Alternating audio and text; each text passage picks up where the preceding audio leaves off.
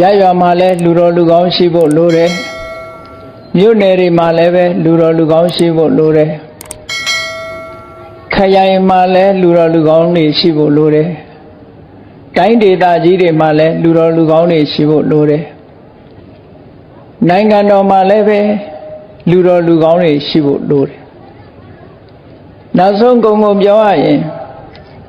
လူသားတွေနေထိုင်ရာကမ္ဘာကြီးတစ်ခုလုံးမှာလူတော်လူကောင်းဆိုတာရှိမှဖြစ်အင်တမအရေးကြီးတယ်ပေါ့လူတော်လူကောင်းဟာပေါ်များသလားရှားပါသလားလို့ဆိုရင်မပေါ်များဘူးအင်တမရှားပါတယ်သို့တော်လူတော်လူကောင်းရဲ့စံချိန်စံညွှန်းအရေးချင်းတွေသတ်မှတ်ချက်ဟာကွာခြားခြင်းကွာခြားလိမ့်မယ်ဒီကနေ့လူတော်လူကောင်းရဲ့စံချိန်စံညွှန်းသတ်မှတ်ချက်အရေးချင်းတွေကိုဘုရားမြတ်စွာဟောကြားတော်မူခဲ့တဲ့သုတ်တန်တစ်ခုကိုအခြေပြုပြီးတော့ဘုန်းကြီးတို့တွေမှတ်သားကြရမှာဖြစ်တယ်အဲဒီသုတ်တန်မှာပါတဲ့စံချိန်စံညွှန်းအတိုင်းကျင့်ဆောင်အားထုတ်နိုင်မှသာလျှင်အဆင့်အမြင့်ဆုံးလူတော်လူကောင်းလို့ဒီလိုပြောရမှာပါအဲ့တော့မြန်မာလူမျိုးတွေရဲ့စကားနဲ့လူတော်လူကောင်းလို့သတ်မှတ်တဲ့အခါမှာလူတော်ဆိုတာနဲ့လူကောင်းဆိုတာခွဲပြောတဲ့အခါမှာလူတော်ဆိုတာအရေးချင်းတော်တာပညာရှိတာကိုဒီလိုဆိုကြလူကောင်းဆိုတာအများအပေါ်မှာကောင်းတယ်စိတ်နေသဘောထားကောင်းတယ်ဆိုတဲ့အနေအထားအဖြစ်ပြောကြပေမဲ့လို့တော်တယ်ကောင်းတယ်ဆိုတဲ့ဒီအရာနှစ်ခုဟာတကယ်တော့လေ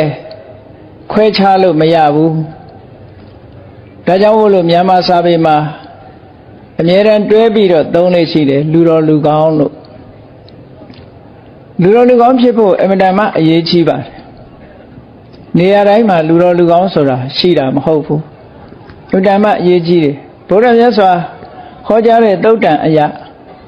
ဒီစံချိန်စံညွှန်းနဲ့ကိုက်ညီတဲ့လူတော်လူကောင်းဆိုတာပို့ပြီးတော့ရှားပါသွားနိုင်တယ်ပေါ့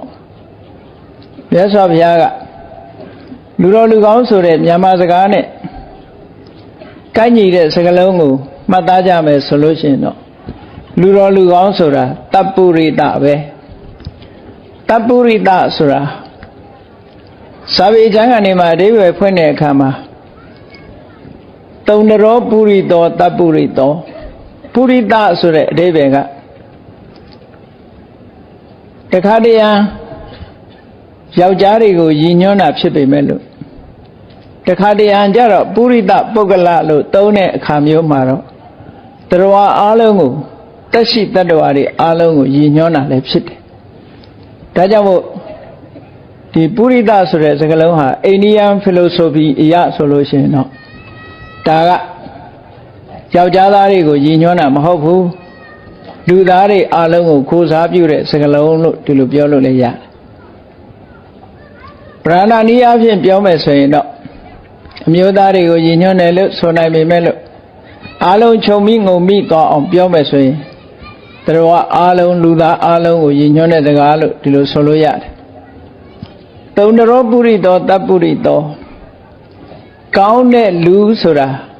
ဘာကြောင့်ကောင်းတာလဲဘယ်လိုတိုင်းတာအထိကောင်းတာလဲဆိုတာဘုန်းကြီးတို့တွေစံချိန်စံညွှန်းတွေအည်အသွေးတွေကိုမှတ်သားကြရမှာဖြစ်တယ်ကောင်းတယ်ဆိုတဲ့နေရာမှာဘယ်တိုင်းတာအထိကောင်းတာလဲဘာကြောင့်ကောင်းတယ်လို့ပြောရသလဲလို့အဲဒီကောင်းပုံကောင်းနည်းကြတော့တုံးတဲ့တူညီမှုမရှိကြဘူးမြတ်စွာဘုရားကဒီသုတ်တန်ကိုစကားလုံးတစ်ခုနဲ့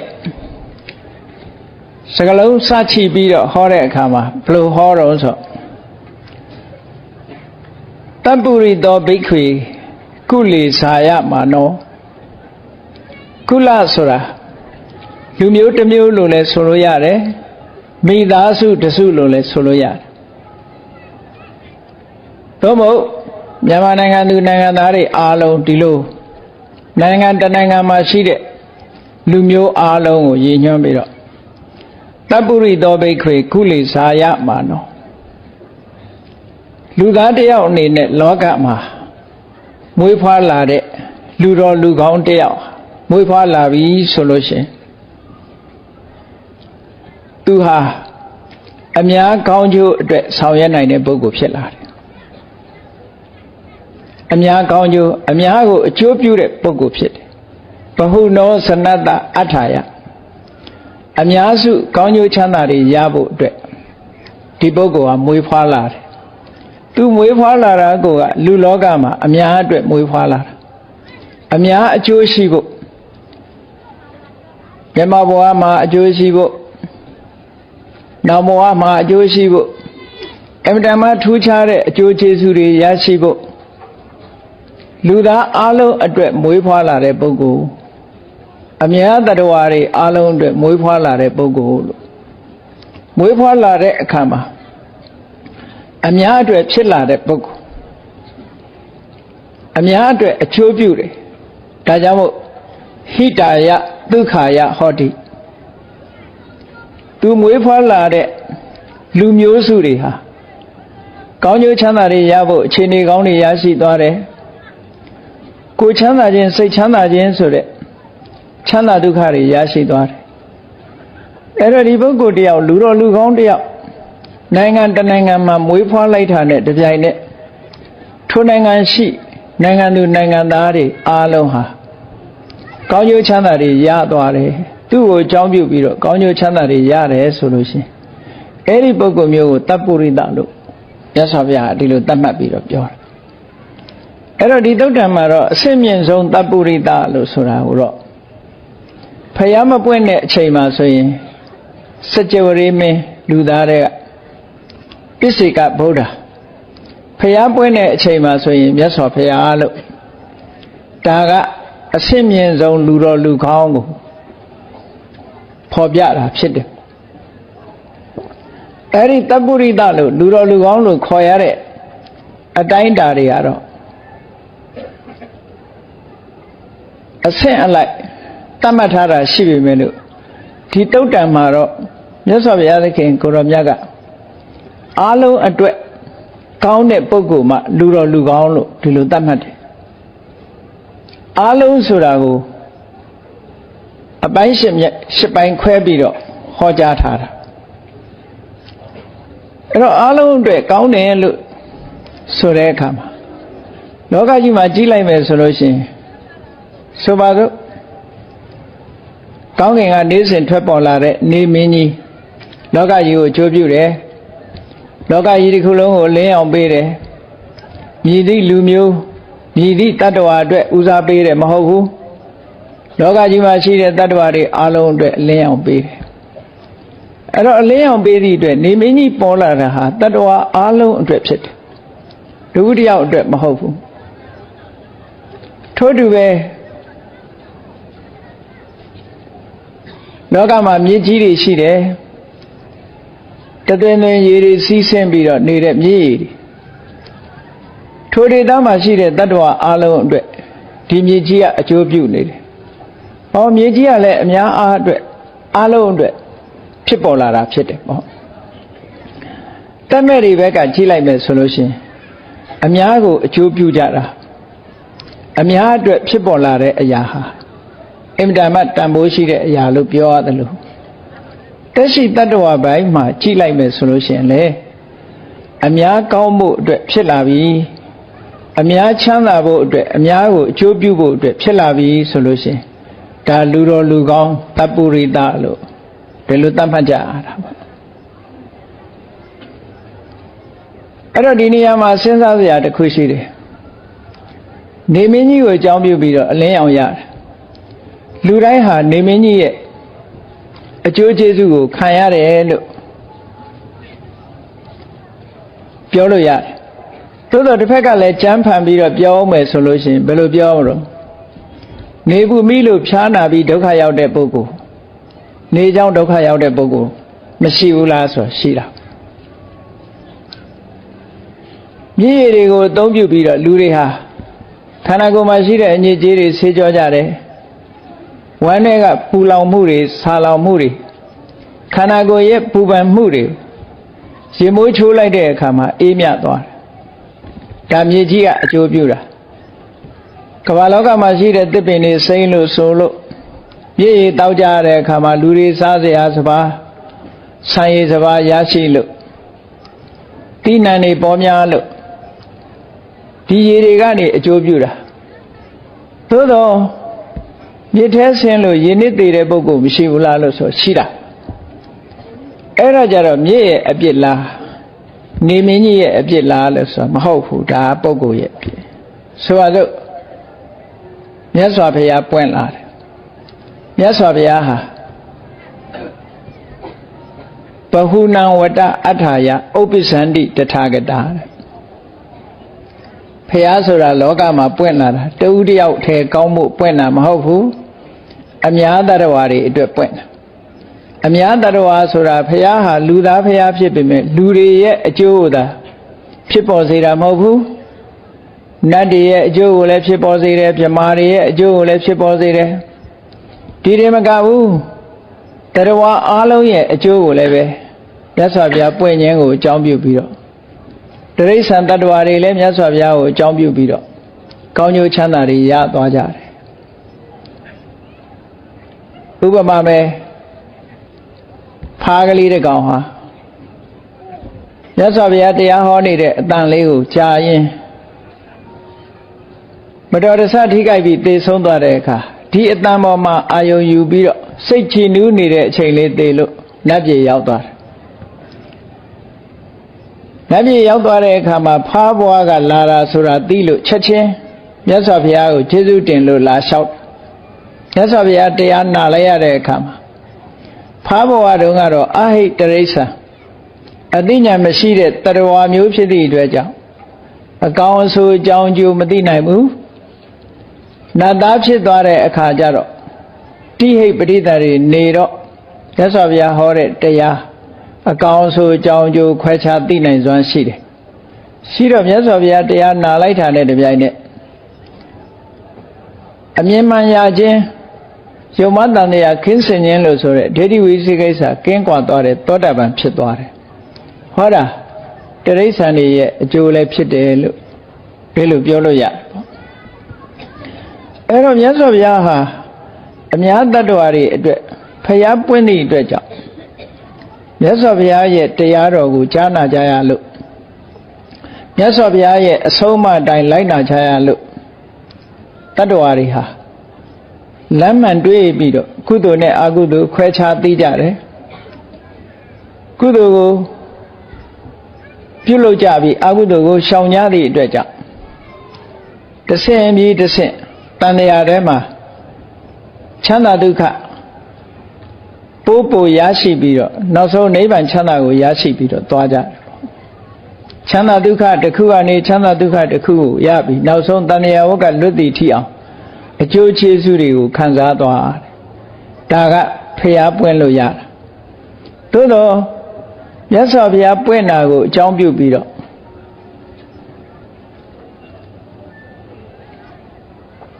ဒေဝရကြီးမြေမျိုးသွားရတယ်မြတ်စွာဘုရားနဲ့ဆန့်ကျင်မဲ့ဖြစ်ပြီးတော့စေစမာနတို့မြေမျိုးသွားတယ်အဲ့ဒါတွေကြတော့မြတ်စွာဘုရားကြောင့်လားလို့မေးเสียရှိလားဒါကမြတ်စွာဘုရားကြောင့်မဟုတ်ဘူးဆိုင်ရာပုဂ္ဂိုလ်ရဲ့ပြစ်မှားကျူးလွန်တဲ့အကုသိုလ်ကြောင့်ဖြစ်တယ်ခုနလိုမြစ်ကသူ့ဘာသူစီးဆင်းနေတဲ့မြစ်ထဲကိုမစင်မကျင်ဆင်းလို့မြစ်ရေထဲမှာရေနစ်ပြီးသေတဲ့ပုဂ္ဂိုလ်လိုပဲမြစ်ကသူ့ကိုတတ်တာမဟုတ်ဘူးသူ့ရဲ့လောက်ရကြောင့်ဒုက္ခရောက်တာနေမင်းကြီးကလည်းအားလုံးကိုအလင်းအောင်ပေးတယ်မစင်မကျင်နေထိုင်သည့်အတွက်ကြောင့်ဒုက္ခရောက်တာနေမင်းကြီးအပြစ်မဟုတ်ဘူးလို့အဲ့တော့လောကမှာအကောင်းလို့ဆိုပေမဲ့လို့အဆိုးဖြစ်သွားတာတွေကလည်းပဲထိုပုဂ္ဂိုလ်ရဲ့မိုင်မဲမှုမစင်ကြင်မှုကြောင့်ဖြစ်တဲ့အဖြစ်တွေဟာလဲဖျားပွင့်ခြင်းကြောင့်ဖြစ်တယ်လို့ဖျားပွင့်မှုနဲ့ဆက်ဆက်ပြီးတော့နေတာမို့ပြောမယ်ဆိုရင်ပြောလို့ရဘာလို့လို့ဆိုဖျားပွင့်လို့ဖျားကိုပြစ်မှားတာဟုတ်ဖျားမပွင့်ဘူးဆိုရင် तू ဖျားကိုပြစ်မှားမှာမဟုတ်ဘူးပေါ့ အဲ့တော့တကယ်ကတော့ဘုရားရဲ့အပြစ်မဟုတ်ဘူးပြစ်မှားသူရဲ့အပြစ်သာလည်းဖြစ်တယ်ပေါ့အဲ့ဒါလိုပဲမြတ်စွာဘုရားကတော့အလုံးတွေပွင့်ဟုတ်တယ်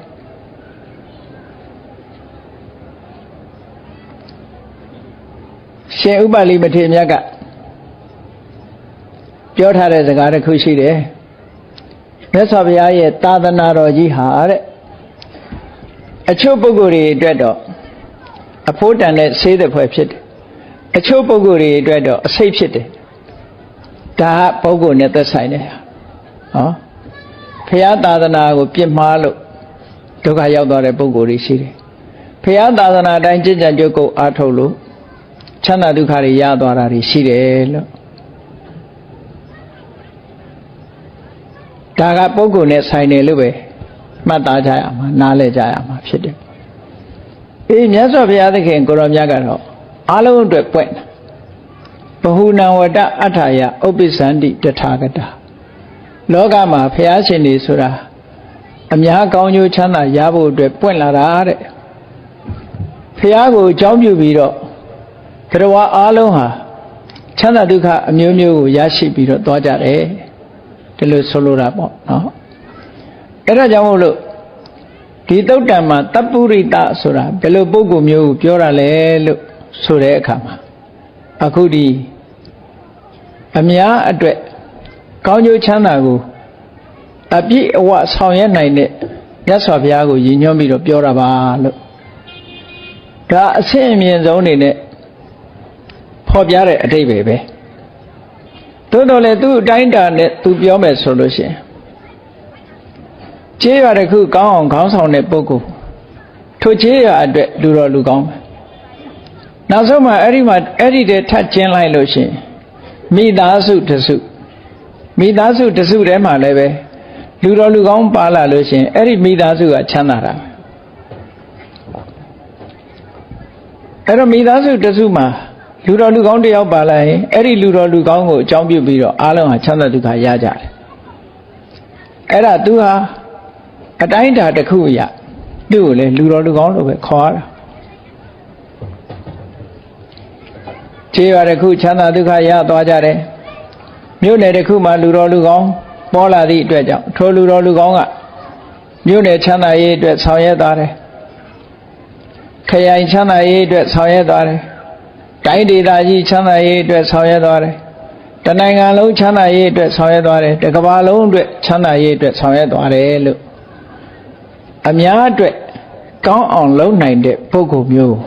ဒီနေရာမှာလူတော်လူကောင်းလို့စံပြုပြီးတော့တတ်မှတ်တာအဲ့တော့မြတ်စွာဘုရားကဒီစံနေထဲမှာတပ္ပုရိသောဘိက္ခွေကုလေဇာယမှာနော်လူသားမျိုးနွယ်ထဲမှာမွေးဖွားလာတဲ့လူတော်လူကောင်းတယောက်ဟာဘဟုနောစနတအထာယအများတရားဝါတွေနော်တရားဝါဆိုတဲ့အထဲမှာလူသားတွေမကဘူးအားလုံးအတွက်အများတရားဝါတွေအကျိုးဖြစ်ထွန်းမှုဟိတဆိုတဲ့အခြေအနေကောင်းတွေရဖို့ဒုက္ခဆိုတဲ့ကိုယ်ချမ်းသာခြင်းစိတ်ချမ်းသာခြင်းဖြစ်ဖို့ဒီလိုဖြစ်ပေါ်စေတတ်တဲ့ပုဂ္ဂိုလ်မျိုးဟာတကယ်လူတော်လူကောင်းဒါကြောင့်မို့အားလုံးအတွက်ကောင်းအောင်ဆောင်ရွက်နိုင်မှလူတော်လူကောင်းလို့လူတော်လူကောင်းဆိုဒီမှာအားလုံးအတွက်ကောင်းတဲ့ပုဂ္ဂိုလ်ဒါကြောင့်မို့ဘုန်းကြီးတို့တွေလူတော်လူကောင်းဖြစ်အောင်ကျင့်မယ်ဆိုလို့ရှိရင်မိမိကိုယ်တိုင်ကိုလေ့ကျင့်မွေးမြူပြီးတော့ကိုယ်အတိုင်းတာကိုယ်အတိုင်းဝိုင်းသို့မဟုတ်ကိုယ်နိုင်ငံအတွက်ငါဟာနိုင်ငံအတွက်ဖြစ်ရအဲ့တော့လူတစ်ယောက်ဟာနိုင်ငံကိုအကျိုးပြုနိုင်တဲ့ပုဂ္ဂိုလ်ဖြစ်ဖို့လိုတယ်မြို့နယ်ကိုအကျိုးပြုတဲ့ပုဂ္ဂိုလ်ဖြစ်ဖို့လိုတယ်ရပ်ရွာကိုအကျိုးပြုတဲ့ပုဂ္ဂိုလ်ဖြစ်ဖို့လိုတယ်မိသားစုကိုအကျိုးပြုတဲ့ပုဂ္ဂိုလ်ဖြစ်ဖို့လိုတယ်ပေါ့အဲ့ဒါမှအတိုင်းအတာတစ်ခုလုံးအရာလူတော်လူကောင်းလို့သတ်မှတ်လို့ရတယ်နောက်ဆုံးမှာကဘာမှာရှိတဲ့လူသားတွေအားလုံးတတ္တဝါတွေအားလုံးအတွက်အကျိုးဖြစ်ထွန်းအောင်လုပ်နိုင်ပြီ စัจ java လာတွင်မှာရှိတဲ့သက်ရှိတ attva တွေအားလုံးအတွက်ကောင်းကျိုးချမ်းသာဖြစ်အောင်လုပ်နိုင်တယ်ဆိုတဲ့ပုဂ္ဂိုလ်ကြတော့အထွတ်အထိပ်ရောက်တဲ့တကယ်ကိုတပ္ပုရိသလူတော်လူကောင်းလို့သတ်မှတ်လို့ရပါတယ်လို့ဒီစံအရဒီလိုပြောရမှာဖြစ်တယ်အဲ့တော့မြတ်စွာဘုရားကဒီတပ္ပုရိသတုတ်မှာခွဲခြားပြီးခေါ်ထားတာကလူတော်လူကောင်းဖြစ်ဖို့အတွက်အများရဲ့ကောင်းကျိုးကိုဆောင်ရွက်နိုင်ရအများအတွက်ကောင်းသူဖြစ်ရကိုလောကမှာရောက်လာတာအများအတွက်ဖြစ်ရလောကကြီးကကိုယ့်အတွက်မဖြစ်ရဘူးကိုကလောကကြီးအတွက်ဖြစ်ရနိုင်ငံကကိုယ့်အတွက်မဖြစ်ရဘူးကိုကနိုင်ငံအတွက်ဖြစ်ရဒီလိုဆိုလိုတာပေါ့အားလုံးအတွက်မိမိဖြစ်ရအဲ့တော့မြတ်စွာဘုရားက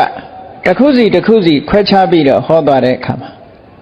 10မျိုးခွဲပြီးတော့ဟောတယ်နံပါတ်1သူတော်ကောင်းဆိုတာတဲ့မိသားစုတစ်ခုထဲမှာမွေးဖွားလာလို့ရှိရင်ထိုမိသားစုဟာအသေးဆုံး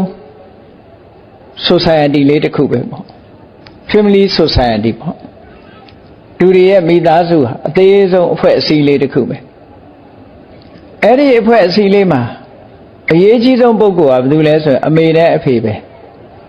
ဒါကြောင့်မို့မြတ်စွာဘုရားကလူလောကမှာလူဖြစ်လာတဲ့ပုဂ္ဂိုလ်ဟာမာတာပိတုဏအထာယဟိတာယဒုက္ခယဟောတိအမေအဖေတွေချမ်းသာဒုက္ခရဖို့အတွက်အမေအဖေတွေကောင်းကျိုးကိုဆောင်ရွက်နိုင်တဲ့ပုဂ္ဂိုလ်ဖြစ်ရမယ်ဒါအ ਨੇ ဆုံးအတိုင်းအတာတစ်ခုနံပါတ်1လူတော်လူကောင်းဖြစ်ဖို့ရအတွက်ပထမဆုံးနံပါတ်1မိသားစုထဲမှာအရေးကြီးဆုံးဖြစ်တဲ့မိဘနှစ်ပါးရဲ့ကောင်းကျိုးချမ်းသာကိုဆောင်ရွက်နိုင်တဲ့ပုဂ္ဂိုလ်မှလူတော်လူကောင်းလို့ဒီလိုသတ်မှတ်တယ်တာဝရိန္ဒာနတ်ပြည်မှာနတ်ဖြစ်သွားကြတဲ့နတ်သားနတ်သမီးတွေကတရားမင်းကြီးကိုယ်တိုင်လူဘဝကကျင့်လာခဲ့တဲ့ကျင့်ဝတ်တွေကိုချိပြီးတော့မာတာပိတိပရံစံတုံသူတော်ကောင်းလို့သတ်မှတ်တဲ့စံနေတယ်မယ်မိဘနှစ်ပါးကိုပြုစုလုပ်ကျွေးတဲ့ပုဂ္ဂိုလ်သူတော်ကောင်းလို့သတ်မှတ်တယ်သူတို့ဘာဖြစ်လို့လဲဆိုရင်တရားမင်းကိုယ်တိုင်လူဘဝတုန်းကမိဘနှစ်ပါးကိုလုပ်ကျွေးပြုစုခဲ့တာဖြစ်တယ်ဒါကြောင့်မို့ဒီကုသိုလ်ကောင်းမှုဟာတရားမင်းအဖြစ်သို့ရောက်စေတတ်တဲ့ကုသိုလ်တွေထဲမှာကြီးမားတဲ့ကုသိုလ်တစ်ခုဖြစ်တယ်အဲ့ဒါကြောင့်မို့လို့နတ်တွေကမိဘတွေအတွက်မိဘတွေကိုပြုစုလုပ်ကျွေးတဲ့ပုဂ္ဂိုလ်မိဘကိုယိုသိလေးစားတဲ့ပုဂ္ဂိုလ်အဲ့ဒီပုဂ္ဂိုလ်မျိုးတွေကို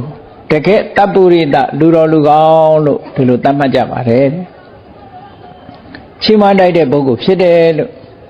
အခုဒီသုတ်တံမှာလည်းမြတ်စွာဘုရားကဒီလိုပဲဟောတာမာတာပိတုဏအထာယအမေဖေတွေရဲ့ကောင်းကျိုးချမ်းသာအတွက်ဖြစ်ရမယ်လူလောကမှာလူတိုင်းဟာမွေးဖွားလာပြီးတော့မိဘအတွက်မဖြစ်တဲ့ပုဂ္ဂိုလ်တွေအများကြီးပဲမိဘကိုဒုက္ခပေးတဲ့သားသမီးတွေများတယ်မိဘကို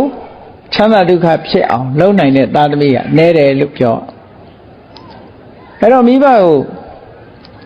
ဒုက္ခပေးတဲ့သားသမီးဟာဘယ်လိုမှလူတော်လူကောင်းမဖြစ်ဘူးဒါကြောင့်မို့အ ਨੇ ဆုံးမိဘတွေကိုချမ်းသာဒုက္ခရအောင်မိဘတွေအတွက်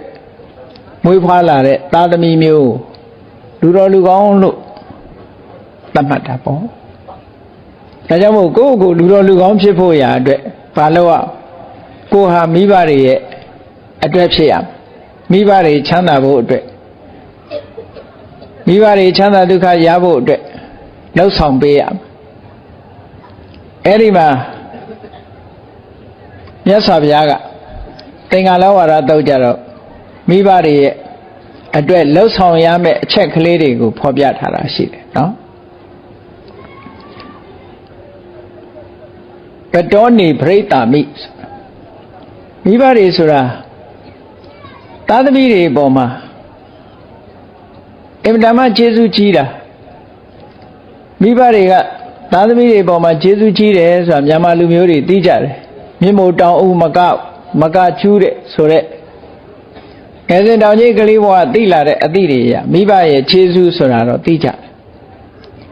တ သို့တော်မိဘကသားသမီးတွေပေါ်မှာကျေးဇူးလုပ်ခဲ့တယ်ကျေးဇူးပြုခဲ့တယ်ဆိုတာဘယ်အချက်တွေနဲ့ကျေးဇူးပြုခဲ့တယ်လဲအတူချုပ်ပြောပြသားမှာလို့ဆိုတဲ့အခါမှာမြတ်စွာဘုရားဟောတဲ့အတိုင်းမှတ်သားဖို့လိုအပ်တယ်မိဘကသားသမီးကိုကျေးဇူးပြုတာအချက်၃ချက်ရှိတယ်ဘုရားဟောထားတဲ့ထဲမှာမိဘကသားသမီးကိုကျေးဇူးပြုခဲ့တာအချက်၃ချက်နံပါတ်၁ကဘာလဲဆိုရင်အာပါဒကဝမ်းတွင်းကစပြီးတော့တရေလွယ်တဲ့ကိုလလွယ်ထားတဲ့အချိန်ကစပြီးတော့စောင့်ရှောက်လာခဲ့တာဆိုလိုတာမမွေးခင်ကတည်းကစောင့်ရှောက်လာခဲ့တာအာပါဒကအကာအကွယ်တွေပေးတယ်စောင့်ရှောက်ခဲ့တယ်မွေးလာပြီးတဲ့နောက်မှာလည်းမဲ့ချင်စားသည်မကိုက်အောင်ကာကွယ်ပေးတယ်စောင့်ရှောက်တယ်အပူအေးမမိအောင်ကာကွယ်ပေးတယ်စောင့်ရှောက်ပေးတယ်အဲ့ဒီအာပါဒကစောင့်ရှောက်ပေးမှုဆိုတဲ့ခြေဆုဟာဒါနံပါတ်1တစ်ခုနံပါတ်2ကဘာတော့ဆိုပောတကမိဘတွေကကျွေးတယ်မွေးလာတဲ့အချိန်ကစပြီးတော့နိုးတိုက်တယ်အစာစားနိုင်တဲ့အချိန်ကစပြီးတော့ကျွေးလာတယ်တချို့မိဘတွေများသားသမီးအိုဒီထိအောင်ကျွေးသွားတာရှိတယ်အဲ့တော့သားသမီးကိုမိဘကကျွေးတယ်လူသားတွေတယ်မကဘူးတိရစ္ဆာန်တွေလည်းပဲတူတူပဲသူတို့သားသမီးလေးတွေကိုကျွေးတာပဲစောင့်ရှောက်တယ်ကျွေးမွေးတယ်ဒါမိဘတွေကသားသမီးတွေပေါ်မှာလုပ်ခဲ့တဲ့ကျေးဇူးတွေပဲလောကလူသားတွေကပြောလို့ရှိကြတယ်ထမင်းလေးတစ်နပ်ကျွေးရင်ရေလေးတစ်ခွက်တိုက်ရင်ကျေးဇူးတင်ပါတယ်လို့ပြောကြတယ်တကယ်ကျေးဇူးတင်လိုက်တာကမိဘပဲနောက်တစ်ခုကဘာလို့ဆိုဣမတ္တလောကတ္တဓတ္တိတာရောဒီလောကကြီးကိုစုံစည်းပေးတာသို့မဟုတ်ဒီလောကကြီးကိုမြင်ခွင့်ပေးတာဒီလောကကြီးနဲ့တွေ့ဆုံခွင့်ပေးတာတနည်းအားဖြင့်ဒီလောကကြီးကိုလာရောက်ခွင့်ပေးတာမိဘပဲအကယ်၍တချို့မိဘတွေကလာရောက်ခွင့်မပေးတာရှိတယ်လေလူဘဝလာခြင်းပဲလို့လာလို့ရခြင်းမှရတာကိုအဘောရှင်လုပ်ပြတယ်ဆိုလို့ရှိရင်ဘယ်လိုလုပ်လာလို့ရအဲ့တော့လူလောကဒီလူလောကကြီးကိုပြတယ်ဆိုတာလူလောကကြီးကိုလာခွင့်ပေးတာဘာလို့လဲလို့ဆိုရင်မိဘပဲမိဘကလာခွင့်မပေးဘူးဆိုရင်ဘယ်သူမှလူလောကရောက်လာမှာမဟုတ်ဘူးအဲ့တော့မိဘရဲ့ခြေဆုဟာဒီ၃ခုလို့မြတ်စွာဘုရားဟောတာအာပါရကဆောင်းလျှောက်ခဲ့တယ်ပောဒကကျွေးမွေးတယ်ဣမတ္တလောကသဓတ္တိတာတော့ဒီလောကကြီးကိုပြတယ်ဒီလောကကြီးကိုလာခွင့်ပေးတယ်ဟောဒီကျေးဇူး၃ခုဟာဆက်လို့ကုန်နိုင်မှာမလားလို့ဆိုစဉ်းစားကြည့်ရကိုကတုံ့ပြန်ပြီးတော့မိဘကိုဘာလုပ်လို့ရတော့ဆိုရင်မိဘကိုပုံမင်းမစွမ်းရှိလာတဲ့အခါမှာစောင့်ရှောက်လို့ရတယ်အာပါရကပြန်လုပ်လို့ရပောဒကမိဘကိုကျွေးလို့ရတယ်တိတတ်တဲ့သားသမီးတွေမိဘကိုကျွေးမွေးစောင့်ရှောက်ထားကြတယ်စောင့်ရှောက်တယ်ကျွေးမွေးတယ်ဒီနှစ်ခုကိုဆက်လို့ရဆက်လို့မရတာဘာလို့ဆိုဒီလောကကြီးကိုလာခွင့်ပေးတယ်ဆိုတာကြတော့ဘယ်သူမှဆက်လို့မရမိဘသာလဲလှုပ်လို့ရတာဘာလို့ဆိုကိုကမိဘရဲ့နောက်မှာကိုကမွေးတာဟုတ်အဲ့တော့ဒီလောကကြီးကိုလာခွင့်ပေးတာကိုကမိဘကသာပေးတာကိုကမိဘကိုဒီလောကကြီးထဲလာခွင့်ပေးတယ်လို့ပြောလို့မရဒါကြောင့်ဒါကိုရည်ညွှန်းပြီးတော့လည်းဖြစ်နိုင်တယ်မိဘခြေဆုကောင်းဆက်လို့မရဘူးဆိုတာတခြားနည်းတွေနဲ့အာပါရကပောဒကဆိုတာအတုံးနဲ့လှုပ်ပေးလို့ရတယ်သို့သောဣမတ္တလောကတ္တဓတ္တိတာတော့ဒီလောကကြီးကိုပြတယ်ဆိုတာကြတော့ဒီဟာဘလုံးမပြန်ဆက်လို့မရမိဘဟာပထမဆုံးကိုယ်ပေါ်လှုပ်ပေးတဲ့ပုဂ္ဂိုလ်သားလေးဖြစ်တယ်ပေါ့အေးဒါကြောင့်မို့မြတ်စွာဘုရားကခြေအောင်ဆက်နိုင်တဲ့ဤတနည်းဆိုတာကိုဟောထားတာကတော့ဓမ္မနဲ့ဆက်မှခြေတယ်လို့ဒီလိုပြောတာဘာဖြစ်လို့လဲဆိုရင်မိဘကလောကကြီးကိုပြတယ်ကိုကဓမ္မကိုပြတယ်ဟောမိဘကြောင့်ကိုဟာလောကကြီးနဲ့ဆုံတွေ့ရတယ်ကိုယ့်ရဲ့ခြေဆုကြောင့်မိဘဟာဓမ္မသိရှိရတယ်ဆိုတရားတရားမရှိသေးတဲ့မိဘတရားတရားရှိသွားမယ်စွန့်ကြဲမှုမရှိတဲ့မိဘနှမျောတွန့်တူနေတဲ့မိဘနှမျောတွန့်တူမှုကင်းပြီးတော့စွန့်ကြဲမှုရှိသွားနိုင်အောင်ကိုချင်းသီလမရှိသေးတဲ့မိဘကိုချင်းသီလရှိသွားတယ်အသိပညာနည်းနေတဲ့မိဘအကျင့်သီလအသိပညာတ တိုးပွားလာအောင်လုပ်ပြီးမယ်ဆိုလို့ရှိရင်တော့ဒါမိဘတွေမလုံနိုင်တာကိုလှုပ်သည့်အတွက်ကြောင့်ခြေစုခြေတယ်လို့ဒီလိုဟောတာနော်ဓမ္မနဲ့ဆိုင်ရင်ခြေတယ်ဆိုတာအဲ့ဒါပြောတာမိဘကလောကနဲ့ကိုယ်အကျိုးပြုထားပြီကိုကဓမ္မနဲ့ပြန်ဆက်မှမိဘရဲ့ခြေစုကိုဒီအချက်ဟာခြေနိုင်တယ်လို့ဒီလိုဆိုလိုတာပေါ့ဒါကြောင့်မို့လို့မိဘပေါ်ကောင်းတယ်မိဘအတွက်ဖြစ်တယ်ဆိုတာဘယ်လိုနည်းနဲ့မိဘပေါ်မှာကောင်းမရလူလောကမှာမွေးဖွားလာပြီးတော့မိဘအတွက်ကောင်းတယ်ဆိုတဲ့ပုဂ္ဂိုလ်တယောက်ဘယ်လိုကောင်းတာလဲဆိုတော့တို့ကျွေးမွေးဆောင်းရှောက်လာတဲ့မိဘကိုတုံ့ပြန်ပြီးတော့ကျွေးမွေးမယ်ဒါလည်းအကောင်းပဲမိဘရဲ့ကိစ္စဝိစ္စတွေကိုဆောင်ရွက်လုပ်ကင်ပေးမယ်ဒါလည်းအကောင်းပဲမိမိတို့ရဲ့မိခင်မိဘဆွေမျိုးတွေရဲ့အမျိုးအနွယ်ကိုပျက်စီးမသွားအောင်ထိမ့်သိမ်းဆောက်ရှောက်တယ်ဒါလည်းမိဘတွေရဲ့စိတ်နှလုံးအေးချမ်းမှုကိုဆောင်ရွက်ပေးတာမိဘတွေစီကရလာတဲ့မိဘတွေစုဆောင်းထားတဲ့အမွေတွေကိုစနစ်တကျလက်ခံပြီးတော့စီမံခန့်ခွဲတယ်ဒါလည်းမိဘတွေစိတ်ချမ်းသာဖို့အတွက်ဒါမိဘအတွက်ဒီနေ့ကျတော့လူဆိုတာဘယ်တော့ပဲပစ္စည်းဥစ္စာတွေစုထားနောက်ဆုံးကျတော့ထားခဲ့ရတယ်အဲ့ဒီထားခဲ့ရတဲ့ပစ္စည်းဥစ္စာတွေဟာမိဘတွေကြတော့သားသမီးတွေအတွက်ထားခဲ့ရတယ်လို့သားသမီးတွေကစနစ်တကျဒီအမွေတွေကိုဆက်ခံပြီးတော့သုံးမယ်ဆိုရင်မိဘတွေဟာစိတ်နှလုံးအေးချမ်းဒါကြောင့်မို့အမွေကိုဆက်ခံတိုင်းအောင်ကျင့်ကြံကြိုးကုပ်အားထုတ်တယ်မိဘတွေရဲ့စိတ်နှလုံးအေးချမ်းမှုအမွေကိုဆက်ခံတဲ့အခါမိဘတွေကစိတ်နှလုံးအေးချမ်းပြီးတော့ငါတို့ရှာထားတဲ့အမွေအနှစ်တွေနဲ့ထိုက်တန်အောင်နေတယ်လို့ဆိုပြီးတော့စိတ်ထဲမှာအေးချမ်းတယ်အဲ့ဒါမိဘကိုတုံးဆက်တယ်မိဘပေါ်မှာကောင်းတယ်လို့ဒီလိုပြောတာဒါကအသက်ရှိနေတဲ့အချိန်မှာမိဘကိုလှုပ်ပေးနိုင်တဲ့အချက်တွေပဲဒါမိဘအတွက်ဖြစ်တယ်ဆိုတဲ့သားသမီးဟာ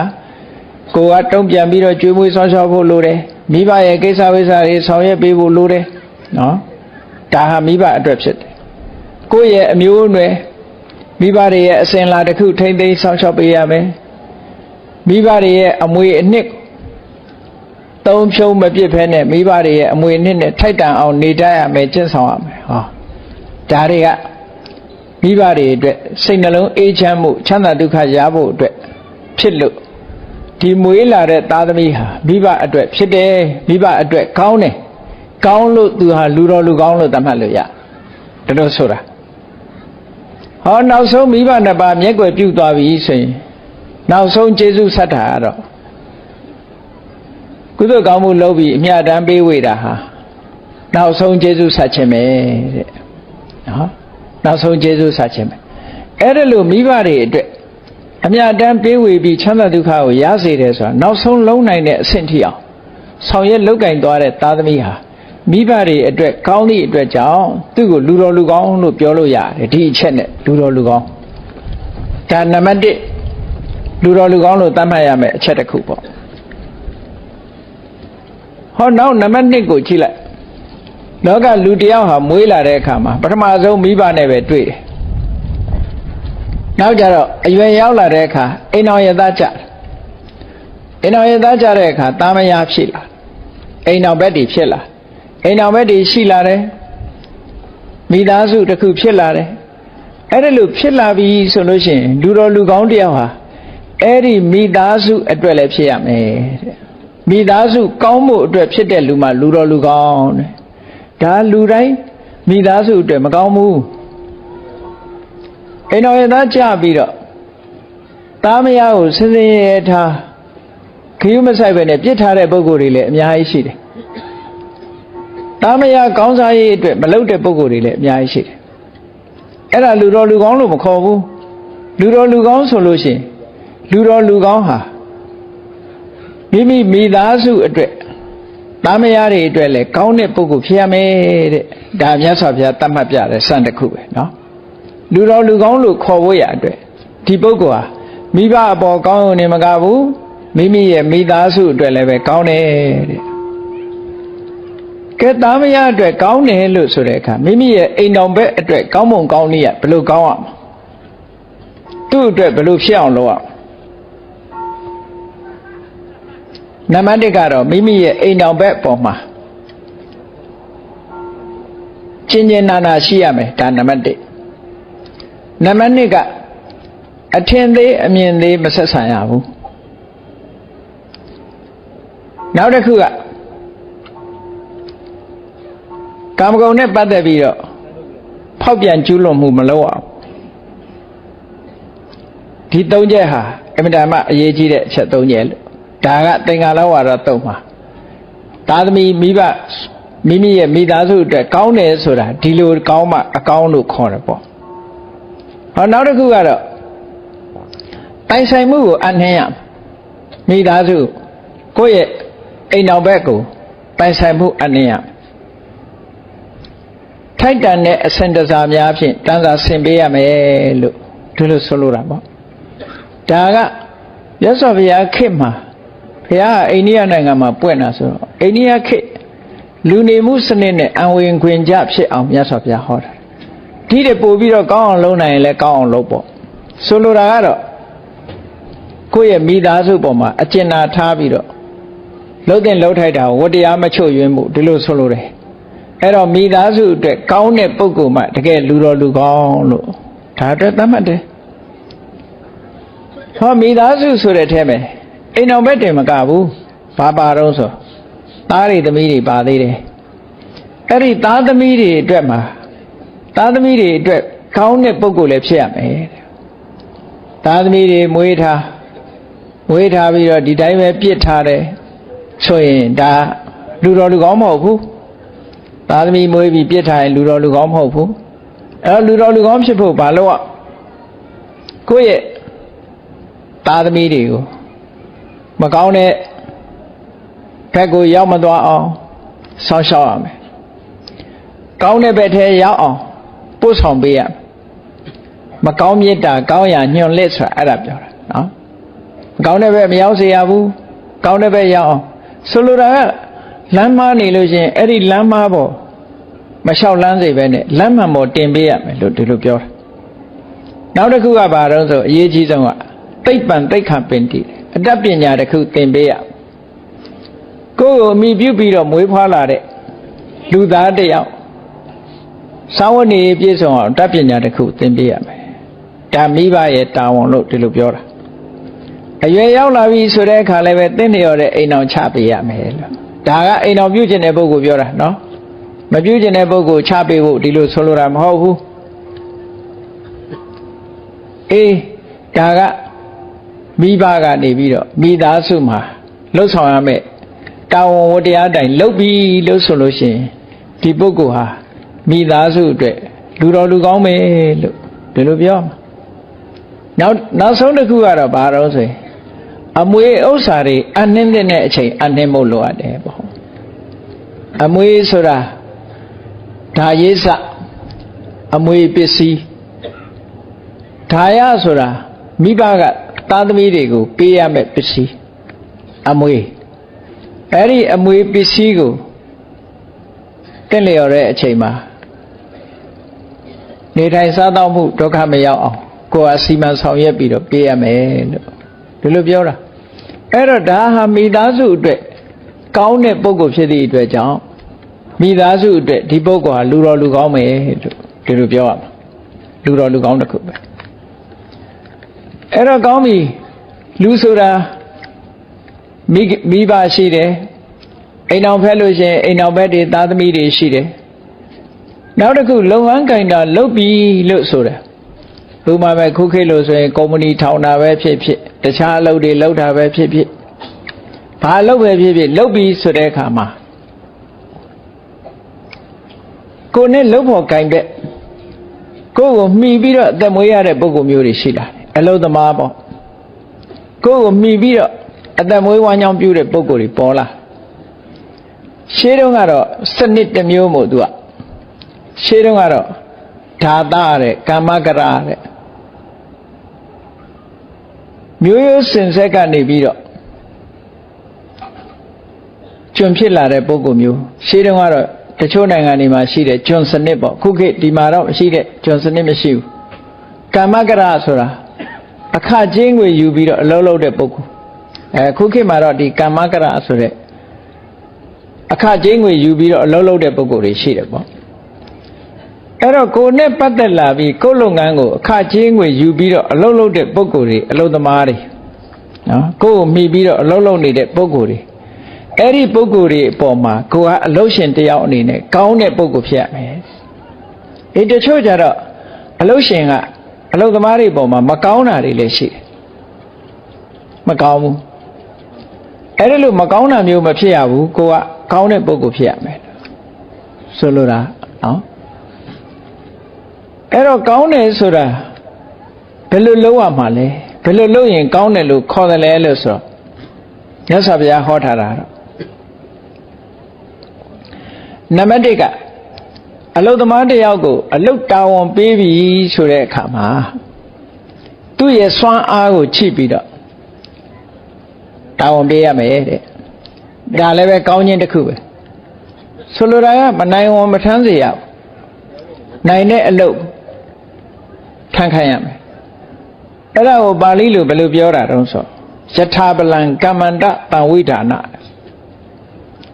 သူ့မှာစွမ်းရည်တတ္တိရှိသလောက်သူ့ရဲ့ခွန်အားရှိသလောက်လုပ်ငန်းကိုင်တာကိုစီမံဆောင်ရွက်ပေးတယ်ဒီလူဟာဒီအလုံးနဲ့တော်တယ်ဟိုလူဟာဟိုလုံးနဲ့တော်တယ်လို့အလုပ်ရှင်တယောက်အနေနဲ့အလုပ်သမားတွေပေါ်မှာဒါစဉ်းစားပြီးတော့တန်ရာလေးကိုခံရမယ်လို့ဒီလိုပြောတယ်ဟောနောက်တစ်ခုကဘာတော့ဆိုအချိန်တန်းလာလို့ရှင်လာစာနဲ့ခိုင်းတာဆိုရင်လာစာပေးရမှန်လာစာပေးသွားနေမကောင်းထိုင်မသာရှိလာလို့ရှိရင်မကြည့်ဘူးဆေးဝါးကုပေးရမယ်နော်ကြည့်မနေရဘူးဆေးဝါးကုပေးရမယ်ဟောဒီအချက်တွေကမြတ်စွာဘုရားလက်ထက်ကတည်းကဒါအလုပ်ရှင်ကအလုပ်သမားပေါ်မှာဆက်ဆံတဲ့နေရာမှာအလုပ်သမားအတွက်ကောင်းတဲ့ပုဂ္ဂိုလ်ဖြစ်ဖို့ဒီအချက်တွေကိုမြတ်စွာဘုရားဟောထားတယ်နောက်အပိုလုပ်ပေးရမယ့်ဟာလေးတွေရှိသေးတယ်အပိုလုပ်ရမှာဘာတွေတော့ဆိုထူးထူးခြားခြားကိစ္စလေးတွေထူးခြားတဲ့ပစ္စည်းလေးတွေနော်ထူးခြားတဲ့အစားအစာလေးတွေရှိရင်အလုပ်သမားတွေကိုကျွေးမွေးပေးရမယ်တဲ့ပေးကမ်းပေးရမယ်လို့ဆိုလိုတယ်ဒါကရမယံခါလက်ဆောင်ပစ္စည်းတွေသူတို့မသုံးနိုင်တဲ့ဟာလေးတွေသုံးခွင့်ရအောင်လုပ်ဆောင်ပြီးတော့ပေးရမယ်ဒါကဆုလတ်အနေနဲ့ပေးတာဟောနောက်တစ်ခုကဘာတော့ဆိုရင်သမယေဝတ္တကအလုတ်ကနေပြီးတော့ခွင့်ပေးတာမျိုးလေးတွေနော်အလတ်ခွင့်ပေးပြီးတော့ဟိုဒီပို့ဆောင်ပြီးအလုတ်သမားတွေပျော်ရွှင်အောင်လုပ်ပေးတာမျိုးအဲ့ဒီလိုပုဂ္ဂိုလ်မျိုးဟာဒါအလုတ်သမားတွေအတွက်ကောင်းတဲ့ပုဂ္ဂိုလ်ဖြစ်လို့လူတော်လူကောင်းလို့အလုတ်ရှင်အနေနဲ့လူတော်လူကောင်းဖြစ်တယ်လို့မြတ်စွာဘုရားလို့သတ်မှတ်တယ်ဒါသူတော်ကောင်းလူတော်လူကောင်းဆိုတဲ့ပုဂ္ဂိုလ်တွေဟာအားလုံးအတွက်ကောင်းတယ်နော်မိဘအတွက်ကောင်းတယ်သားမယားတွေအတွက်ကောင်းတယ်ဒီကိုယ်အိမ်မှာလုပ်နေတဲ့အလုပ်သမားတွေအတွက်ကောင်းတယ်အားလုံးအတွက်ကောင်းရမယ်လို့ဒါလောကဘက်ဆိုင်ရာကောင်းတဲ့အချက်တွေကိုမြတ်စွာဘုရားဟောတာကဲကောင်းပြီဒါကမိဘဆိုတာကိုယ့်ရဲ့မူရင်းမိသားစုသားမယားဆိုတာဆင့်ပွားလာတဲ့မိသားစုအလုပ်သမားဆိုတာကိုယ့်ရဲ့စီးပွားရေးနဲ့ပတ်သက်ပြီးတိုးချဲ့လာတဲ့မိသားစုဒါတွေအတွက်လည်းကောင်းရမယ်နောက်တစ်ခုကဘာတော့ဆိုလူဆိုတာအပေါင်းအသင်းမိတ်ဆွေသင်္ကားတွေရှိသေးတယ်နော်အဲ့တော့မိတ္တာမစ္ဆာနံအထာယဟိတာယဒုက္ခယဟောတိမိတ္တာဆိုတာကိုယ်နဲ့ချစ်ကြွမ်းဝင်တဲ့တငယ်ချင်းတွေအပေါင်းအသင်းတွေအမိစ္ဆာဆိုတာလှုပ်ဖို့ကင်ဘက်တွေနော်မိတ္တာနဲ့အမိစ္ဆာလှုပ်ဖို့ကင်ဘက်တွေမိတ်ဆွေတွေလှုပ်ဖို့ကင်ဘက်တွေကိုယ်နဲ့ခင်မင်တဲ့မိတ်ဆွေတွေမေတ္တာတက်ရောက်တဲ့မိတ်ဆွေတွေလှုပ်ဖို့ကင်ဘက်တွေဆိုတာရှိတယ်အဲ့ဒီမိတ်ဆွေတွေလှုပ်ဖို့ကင်ဘက်တွေအတွက်လည်းအပေါ်လည်းပဲကောင်းတဲ့လူဖြစ်ရမယ်တဲ့လူလောကမှာအပေါင်းအသင်းတွေနဲ့ပတ်သက်ပြီးတော့အများကြီးရှိတာကိုမိသားစုပေါ်တော့ကောင်းတယ်မိတ်ဆွေတွေပေါ်မကောင်းဘူးဆိုရင်ဒါဒီဘက်ကဒီစံချိန်မမိဘူးလို့ပြောရမိတ်ဆွေသင်္ကားတွေပေါ်မှာကောင်းတယ်လို့ဆိုတာက ကဲမိတ်ဆွေတွေပေါ်မှာဘယ်လိုကောင်းတာလဲခုခေတ်ကောင်းပုံကောင်းနည်းတွေအမျိုးမျိုးရှိတဲ့အထဲမှာဘယ်လိုပဲကောင်းကောင်းအကောင်းတွေကြီးပဲလို့ပြောရမြတ်စွာဘုရားသတ်မှတ်ထားတဲ့အကောင်းကဘာလဲလို့ဆိုရင်မိတ်ဆွေတွေကိုပေးကမ်းတဲ့အခါမှာပေးကမ်းတယ်လက်ဆောင်ပဏ္ဍာပေးတယ်နော်လက်ဆောင်ပေးတယ်ဒုက္ခရောက်နေတဲ့မိတ်ဆွေတွေဆိုလို့ရှိရင်ထောက်ပံ့ပေးတယ်ကူညီတယ်ဒါနပေယဝိဇ္ဇမိတ်ဆွေတွေကိုဘယ်တော့မှအတင်းအဖြစ်မပြောဘူးအကောင်းပဲပြောတယ်တချို့ကြတော့ရှေ့ကြတော့အကောင်းပြောတယ်၊ကွယ်ရာကြတော့အတင်းဖြင့်ပြောတယ် gossip လုပ်တဲ့ပုံကိုယ်တွေကလည်းအများကြီးပဲလောကမှာနော်အဲ့တော့ပေယဝိဇ္ဇဆိုတာရှေ့မှာလည်းကောင်းကောင်းပြောတယ်ဘယ်တော့မှကြမ်းကြမ်းထမ်းထမ်းမပြောဘူးခင်မင်ပွယ်ရာစကားမျိုးတွေကိုပြောတယ်ကောင်းကျိုးချမ်းသာရစေနိုင်တဲ့အကြံကောင်းညံကောင်းတွေသာပြောတယ်အခုခေတ်ပြောတာလို့အချွန်နဲ့မှားတာမျိုးတွေတို့အဆင်းကိုဘိန်းတက်ပေးတာမျိုးတွေဒါမျိုးတွေမလုပ်ဘူးလို့ဆိုလိုတာပေါ့နော်ဟောနောက်တစ်ခုအဋ္ဌစရိယာကောင်းကျိုးချမ်းသာသူ့ရဲ့ကိစ္စဝိစ္စရှိလာလို့ရှင်မနေတတ်ဘူးပါဝင်ဆောင်ရွက်ပေးတယ်ကုညီတယ်တမာနတ္တတာဘယ်ကိစ္စမှမဆိုကိုယ်နဲ့ဓာတ်နုထားပြီးတော့ဆက်ဆံတယ်ဒါကိုသင်္ဃဝတ္ထုတရား၄ပါးလို့ခေါ်တယ် organization ပေါ့ good organization organizer လုပ်တဲ့အခါမှာဒီအချက်တွေမပါလို့ရှင်မရဘူးတဲ့ organization လုပ်ပြီဆိုလို့ရှင်ဒီအချက်တွေဟာအမှန်တမ်းအရေးကြီးတယ်လို့ဒီလိုပြောတာဒါနလက်ဆောင်ပဏ္ဍာပေးတာပေယဝိဇ္ဇစကားပြောရင်ခင်မင်မွေရာချိုသာတဲ့စကားနဲ့ပြောဆိုဆက်ဆံတာအဋ္ဌစရိယာကိစ္စဝိဇ္ဇရှိရင်ကုညီဆောင်ရွက်ပေးတာတမဏတ္တတာအထင်သေးမြင်သေးမဆက်ဆံဘူးကိုယ်နဲ့ဓာတ်နုထားပြီးတော့ဆက်ဆံတယ်ဟောဒီသင်္ဃဝတ္ထုတရား၄ပါးအတိုင်းမိတ်ဆွေတွေပေါ်မှာကောင်းတယ်ဆိုတဲ့ပုဂ္ဂိုလ်လူကောင်းလူတော်လူကောင်းလို့ဒီလိုခေါ်တာနောက်ဆုံးတစ်ခုအရေးကြီးတာပါတော့ဆိုမိတ်ဆွေတွေနဲ့ပတ်သက်လာလို့ရှင်အဝိတံဝါဒနာတဲ့ဘယ်တော့မှဂရိမပြတ်စေရဘူးလို့ဆိုလို့နော်ရသောအပြင်ဂရိပြတ်သွားလို့ရှင်မိတ်ဆွေဟာလည်းပြတ်တတ်တယ်လောကမှာဂရိကိုလွယ်လွယ်ပေးပြီးလောက်မပေးလို့ရှင်နော်ဂရိမတည်ဘူးဆိုတဲ့အခါမှာဟိုတစ်ဖက်သားမေတ္တာခန်းချောက်သွားဟာဒီလူကတော့ဂရိမတည်ဘူးဆက်ဆံလို့မကောင်းဘူးဆိုတဲ့အနေအထားမျိုးရောက်သွားဒါကြောင့်မို့မိတ်ဆွေတွေကောင်းမိတ်ဆွေတွေပေါ်မှာကောင်းတယ်ဆိုတာသင်္ဃဝတ္ထုတရား၄မျိုးနဲ့ကောင်းတဲ့အပြင်အရေးကြီးဆုံးကဘာတော့ဆိုဂရိတည်ဖို့အရေးကြီးတယ်ဘယ်တော့မှကိုပြောတဲ့စကားကိုချွေရင်တော့အောင်မလုပ်ဘူးတဲ့ဂရိတည်ရမယ်အဲ့ဒီစံချိန်စံညွှန်းနဲ့အညီမိတ်ဆွေတွေပေါ်မှာကောင်းတယ်ဆိုတဲ့ပုဂ္ဂိုလ်တရားဟာလူတော်လူကောင်းလို့သတ်မှတ်လို့ရသွားပြီမိတ်ဆွေတွေနဲ့ပတ်သက်ပြီးတော့ဒီရှုထောင့်ကကြည့်ရင်လည်းသူကလူတော်လူကောင်းပဲမိဘတွေပေါ်မှာကောင်းတယ်သားမယားတွေအတွက်လည်းကောင်းတယ်အလုပ်သမားတွေအတွက်လည်းကောင်းတယ်မိတ်ဆွေသင်္ကားတွေအတွက်လည်းကောင်းတယ်ဟောလူလောကမှာဒါနေ့စဉ်မှာအမြဲတမ်းအရေးကြီးတဲ့ဘုရားမြတ်စွာရဲ့အဆုံးအမဩဝါဒတွေပဲပေါ့ဘဝမှာဒီလိုကောင်းကျိုးတွေဆောင်ရွက်နိုင်ဖို့လိုအပ်တယ်တဲ့နောက်တစ်ခုကဘာတော့ဆိုရင်ပုဗ္ဗပေတာနံအဋ္ဌာယဟိတာယဒုက္ခယနောက်တစ်ချက်ကပုဗ္ဗပေတဆိုတာကိုယ်ဆွေမျိုးတွေတဲကနေပြီးတော့ကွယ်လွန်သွားတဲ့ပုဂ္ဂိုလ်တွေရှိတယ်တမလွန်ဘဝရောက်သွားတဲ့ဆွေမျိုးတွေအဲ့ဒီတမလွန်ဘဝရောက်သွားတဲ့အဖိုးတွေရှိတယ်အဖွားတွေရှိတယ်နော်အဖိုးဖွားတွေရဲ့အမေဖေတွေရှိမယ်ဦးကြီးဦးလေးတွေရှိမယ်ကိုနဲ့ဆွေမျိုးသားချင်းတော်တဲ့ပုဂ္ဂိုလ်တွေတမလွန်ဘဝရောက်သွားတဲ့ပုဂ္ဂိုလ်တွေအဲ့ဒီပုဂ္ဂိုလ်တွေကိုလည်းပဲပြစ်မထားရဘူးတဲ့နော်ပြစ်မထားရဘူးအချိန်ခါအားလျော်စွာကုသိုလ်ကောင်းမှုသူတို့အတွက်ရည်စူးလုပ်ပြီးတော့အမြတ်တမ်းပေးဝေပေးရမယ်တဲ့ရည်စူးတဲ့ကုသိုလ်ဒါမြန်မာပြည်မှာဘုရားဘာသာဝင်တွေလှုပ်လေလှုပ်ထားရှိကြတယ်နော်တမန်တော်ကပြောင်းသွားတဲ့မိဘဆွေမျိုးတွေကိုရည်စူးပြီးတော့ကုသိုလ်ကောင်းမှုလုပ်တာဟာသူတို့အတွက်လူတော်လူကောင်းဖြစ်တယ်သူတို့အတွက်ကောင်းသူဖြစ်တယ်အကယ်၍မေ့ထားမယ်ဆိုလို့ရှိရင်အကယ်၍များကမ္မလဘဝရောက်သွားတဲ့ပုဂ္ဂိုလ်ကစားစရာဆင်းရဲနေစရာဆင်းရဲနဲ့ဆင်းရဲတဲ့ပိဋကဘုံများရောက်နေမယ်ဆိုလို့ရှိရင် တမျိုးမျိုးတဒန္တနဲ့ကိုယ့်အတွက်အလှအမြဝေနိုးနဲ့စောင့်နေကြရတဲ့ဘဝမျိုးဆိုတာရှိတယ်ဒါလည်းပဲအမတ်တမဲ့မနေသင့်တဲ့ကိစ္စတစ်ခုပေါ့မတော်တဆအက်ဆီဒင့်နဲ့သေသွားတဲ့ပုဂ္ဂိုလ်တွေဟာအမတန်ကိုကုသိုလ်ကြီးတဲ့ပုဂ္ဂိုလ်တွေဟာနတ်ဘုံနတ်ဘဝရောက်ချင်ရောက်သွားမယ်ချက်ချင်းအဲ့ဒါလို့မဟုတ်ဘဲနဲ့အထိတ်တလန့်နဲ့စိုးရိမ်တောကနဲ့တွေ့တာမှုတွေနဲ့တမလွန်ဘဝပြောင်းသွားတဲ့ပုဂ္ဂိုလ်တွေဟာရုတ်တရက်ရှောင်တခင်ဆိုရင်ဘာဖြစ်တတ်တုံးဆိုရင်ပြိတ္တာဘုံရောက်သွားတတ်တယ်ပြိတ္တာဆိုတာဒါလူတွေကတော့အဲ့ဒါကိုကြည့်ပြီးမကျွတ်ဘူးပြောတာပေါ့အိမ်ပေါ်မှာဟုတ်လားအတန်ပြူတာတို့အနီးပတ်ဝန်းကျင်မှာမြင်လိုက်တာတို့ဒါမျိုးတွေဖြစ်တတ်တယ်နော်အခုခေတ်ဆိုလို့ရှိရင်တယ်လီဖုန်းဆက်တာတို့တယ်လီဖုန်းကလာမိတာတို့သေသွားတဲ့ပုဂ္ဂိုလ်ကလှုပ်တာအဲ့ဒါဟာတကယ်တော့ပြိတ္တာဘုံရောက်သွားတာပြိတ္တာဆိုတာအခုခေတ်လို့ဆိုရင်တော့တစေတရေကိုပြောတာပေါ့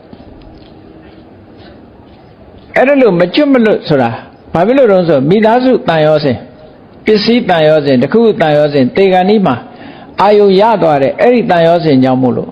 ရုတ်တရက်ရှောင်တခင်သူဟာပြိတ္တာဘဝရောက်သွားတယ်ရောက်သွားတဲ့အခါမှာတခါတရံသေသွားတဲ့ပုဂ္ဂိုလ်တွေကသူ့ကိုယ်သူသေတယ်လို့တော့မသိလိုက်ဘူးလင်းလင်းမြန်မြန်သေသွားလို့အက်ဆီဒင့်နဲ့သေလို့ရှိရင်သေတယ်လို့တော့မသိလိုက်ဘူးလေရုတ်တရက်အိပ်ပျော်ရာနိုးသွားတယ်လို့ဖြစ်တာအဲ့တော့သေတယ်လို့မသိတော့တချို့လဲကိုယ့်ကိုယ်အရင်လူလိုထင်ပြီးတော့အိမ်ပြန်လာတာတွေရှိတယ်အိမ်ရောက်တဲ့ခွေးကဟောင်းတယ်သူ့ကိုအိမ်ကလူတွေကသူ့ကိုမမြင်ဘူးမခေါ်ဘူး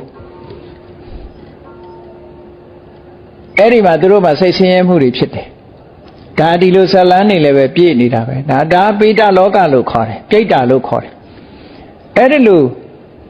ကိုယ့်ရဲ့ဆွေမျိုးသားချင်းအနီးအိမ်ကိုပြန်လာတတ်တဲ့ပြိတ္တာမျိုးတွေပါဖြစ်နေပြီဆိုတဲ့အခါမှာသူကိုယ်သူမသိရှိသေးတဲ့အချိန်ပိုင်းသိသွားတဲ့အချိန်ပိုင်း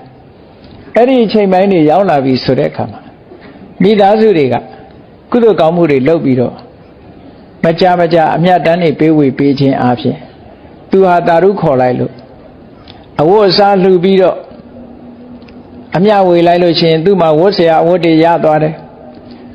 သူတို့စီမှာမြတ်စွာဘုရားဟောထားတာရှိတယ်ပြိတ္တာဘုံဆိုတာတဲ့ထွန်ရက်စိုက်ပျိုးစားလို့လည်းမရဘူးကုမ္ပဏီထောင်ပြီးအလုပ်လုပ်လို့လည်းမရဘူးရောင်းဝယ်လုပ်လို့လည်းမရဘူးကံကပေးသမျှလေးနဲ့နေကြကံမပေးရင်ဘာမှကောက်ယူလို့မရတဲ့ဘဝမျိုး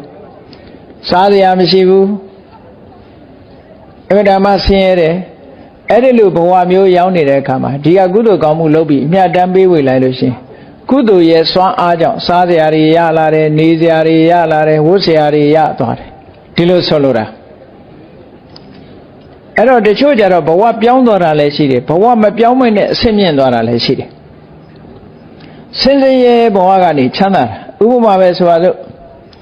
လူတယောက်ဟာအဲ့ဒါဆင်းရဲတဲ့ဘဝကနေပြီးတော့ထီပေါက်လို့ပဲဖြစ်စေပေါ့တခုခုအောင်လို့စီးပွားတိုးတက်သွားပြီးတော့ငွေကြေးဒနာတွေမြောက်များစွာရသွားတယ်ပုဂ္ဂိုလ်တယောက်ဟာချမ်းသာသွားတယ်လို့ပဲပြိတ္တာဘုံမှာလည်းပဲဒီဟာကုသိုလ်ကောင်းမှုလုပ်ပြီးအမြတ်တမ်းပေးဝေလိုက်လို့ရှိရင်ချက်ချင်းသူတို့မှာစားစရာတွေနေစရာတွေဝတ်စရာတွေပြည့်စုံဖြစ်သွားတာဒါကကုသိုလ်ကောင်းမှုလုပ်ပြီးအမြတ်တမ်းပေးဝေလို့ရှိရင်ဒီလိုဖြစ်တယ်ဆိုတာမြတ်စွာဘုရားဟောထားတဲ့ပေတဝတ္ထုဆိုတာလည်းရှိတယ်မြန်မာပြည်မှာလည်းပဲပြောနေကြတဲ့ဝတ္ထုတွေပုံဝတ္ထုတွေအများကြီးပဲရှိတယ်ဒါတွေကတမလွန်ဘဝကအရေးနဲ့ပတ်သက်လာလို့ရှင်ဒါကြောင့်မို့တမလွန်ဘဝပြောင်းသွားတဲ့ပုဂ္ဂိုလ်တွေနဲ့ပတ်သက်ပြီးတော့အမှတ်တမဲ့မေးလျော့ပြီးတော့မနေပဲနဲ့ကိုမိတ်ဆွေပဲဖြစ်စေဆွေမျိုးသားချင်းပဲဖြစ်စေကုသိုလ်ကောင်းမှုလုပ်ပြီးတော့ကြာနာဖိတ်ပြီးတော့အမြတ်ပေးဝေသင်းတယ်အမြတ်ပေးဝေတိုင်းသူတို့ရသလားလို့ဆိုမရဘူးဘယ်လိုမှရတာတော့ဆိုသူတို့ကလက်ခံမရကိုကအမြတ်ပေးဝေတာကိုသူတို့သိတယ်သိပြီးတော့တာရုခေါ်တယ်ဆိုရင်ရတယ်ကိုကပဋိဌာနသူတို့ကပတ္တနုမောဒနာပဋိဌာနဆိုတာလဲကုသိုလ်ပဲပတ္တနုမောဒနာဆိုတာလဲကုသိုလ်ပဲအဲ့တော့သူတို့အနေနဲ့ပတ္တနုမောဒနာကုသိုလ်ရတာဒီဟာကုသိုလ်ကောင်းမှုလုပ်ပြီးအမြတ်ပေးဝေလိုက်လို့တာရုလို့ခေါ်လိုက်တာနဲ့တပြိုင်နက်ချက်ချင်းရ ဘယ်လောက်ထိအောင်ချက်ချင်းရတော့ဆိုရင်မြင့်ရကုန်းပေါ်မှာရွာချလိုက်တဲ့မိုးရေတွေဟာနေရကိုချက်ချင်းစီးသွားတယ်လို့ပဲတဲ့မြတ်စွာဘုရားကဩနမေဥဒကံဝုဋ္ဌံယထာနေနံပဝတ္တတိဧဝမေဝဣတောဒိဏံပေတနံဥပကပ္ပတိလို့တိရောဂုတ္တသုတ်မှာမြတ်စွာဘုရားလူဟောထားရှိတယ်မြင့်ရကုန်းပေါ်မှာရွာချလိုက်တဲ့မိုးသည်ဒလဟောအနေနဲ့ကိုစီးဆင်းသွားတယ်လို့ပဲဒီကနေအမြတ်တမ်းပေးဝေလိုက်လို့ရှင်တမလွန်ဘဝရောက်နေတဲ့သူတို့ကလည်းတာရုခေါ်လိုက်တယ်ဆိုရင်ချက်ချင်းဒီကုသိုလ်တွေရဲ့အကျိုးဟာချက်ချင်းရသွားတယ်လို့ဒီလိုဆိုတာနော်ဒါကြောင့်မို့တမလွန်ဘဝပြောင်းသွားတဲ့ပုဂ္ဂိုလ်တွေအတွက်လည်းပဲကောင်းတဲ့ပုဂ္ဂိုလ်ဖြစ်ရမယ်တဲ့ဘက်စုံကောင်းအောင်မြတ်စွာဘုရားလမ်းညွှန်မှုပြုတာဒီထိအောင်ဘုန်းကြီးတို့တွေလှုပ်လို့ရတယ်ပေါ့လူတော်လူကောင်းဖြစ်ဖို့ရအတွက်မိဘအတွက်ကောင်းရမယ်အိမ်တော်ရှိရင်အိမ်တော်ဘက်အတွက်ကောင်းရမယ်သာသမီတွေအတွက်ကောင်းရမယ်အလုပ်သမားတွေအတွက်ကောင်းတဲ့လူဖြစ်ရမယ်ဆွေမျိုးသားချင်းတွေမိတ်ဆွေတွေအပေါင်းအသင်းတွေအတွက်ကောင်းတဲ့ပုဂ္ဂိုလ်ဖြစ်ရမယ်တမလွန်ဘဝပြောင်းသွားတဲ့ပုဂ္ဂိုလ်တွေအတွက်လည်းပဲကောင်းတဲ့ပုဂ္ဂိုလ်ဖြစ်ရမယ်အကျိုးပြုတဲ့ပုဂ္ဂိုလ်ဖြစ်ရမယ်ဟောနောက်တစ်ခုကဘာတော့ဆိုရိညောအထာယဟိတာယဒုက္ခယတိုင်းပြည်အုပ်ချုပ်တဲ့မင်းတိုင်းပြည်အုပ်ချုပ်တဲ့အစိုးရတွေအတွက်ကောင်းတဲ့ပုဂ္ဂိုလ်ဖြစ်ဖို့လိုတယ်ဒါကြောင့်မို့လို့အစိုးရကိုလည်း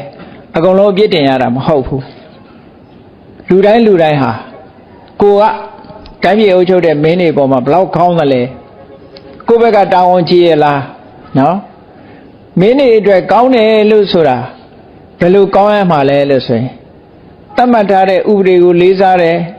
အခွန်ပဏ္ဏတွေကိုမှန်မှန်ပေးတယ်မခိုးမဝဲဘူးမလိမ်မညာဘူးဆိုတာကောင်းတယ်လို့ခေါ်တာပေါ့ဘယင်းတွေအတွက်ဒီတိုင်းပြည်မှာပေးစားရမယ့်အခွန်ပဏ္ဏတွေကိုကိုကနေပြီးတော့ခိုးဝဲမယ်လူယူမယ်ဆိုလို့ရှိရင်ဒါလူတော်လူကောင်းမဖြစ်ဘူးပေးရမယ့်အခွန်ပဏ္ဏတွေကိုပေးတယ်ဒါမင်းတွေအတွက်သတ်မှတ်ထားတဲ့အခွန်ပဏ္ဏကိုကပေးတာပြီးတော့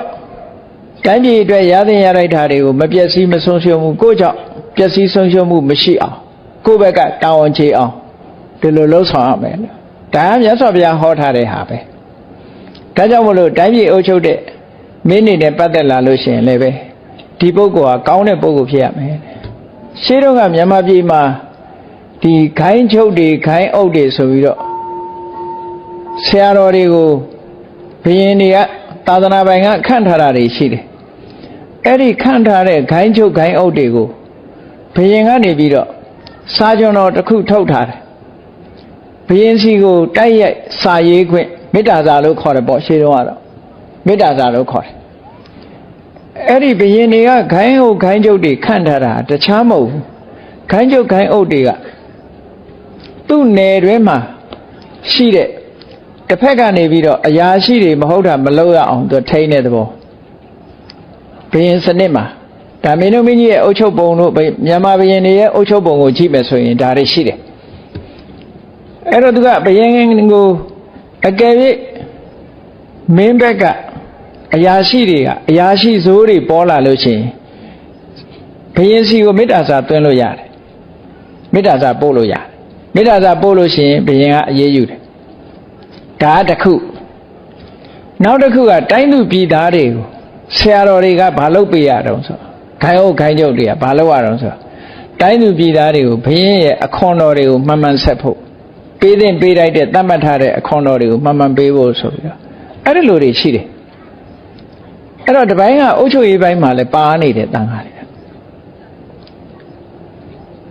အဲ့တော့ကြောင့်မြန်မာနိုင်ငံမှာရွာတွေကျေးရွာတွေမှာဆိုရင်ဘုန်းကြီးကျောင်းတွေရှိကြတယ်ကျေးရွာသူကျေးရွာသားတွေကဘုန်းကြီးစကားကိုမတမနားထောင်တော့အင်္ဂလိပ်ကမြန်မာပြည်ကိုအုပ်ချုပ်တဲ့အခါမှာနောက်ဆုံးမှာဘုန်းကြီးတွေရဲ့ဩဇာအာဏာကြီးမားတာကိုသိလာတဲ့အခါကျတော့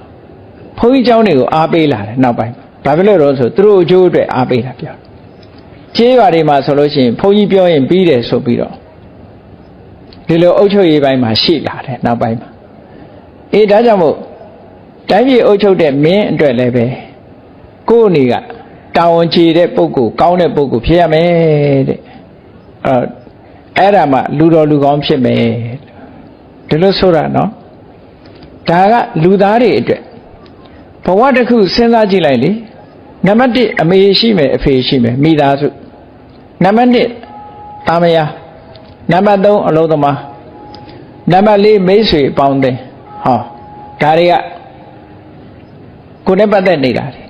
ဟောနောက်ကိုယ့်ရဲ့တမလွန်ဘဝပြောင်းသွားတဲ့မိဘဆွေမျိုးတွေမိတ်ဆွေသင်္ဃာတွေနောက်တိုင်းပြည်အုပ်ချုပ်နေတဲ့မင်းတွေအစိုးရတွေဒါတွေအတွက်ကောင်းတဲ့ပုဂ္ဂိုလ်ဖြစ်ရမယ်တဲ့မြတ်စွာဘုရားနောက်တစ်ခုကဘာလို့ဆိုလို့ရှိရင်ဒေဝတာနံအထာယဟိတယဒုက္ခယနတ်တွေအတွက်လည်းပဲကောင်းတဲ့ပုဂ္ဂိုလ်ဖြစ်ရမယ်လို့ဒီလိုဆိုတာအဲ့တော့မြတ်စွာဘုရားက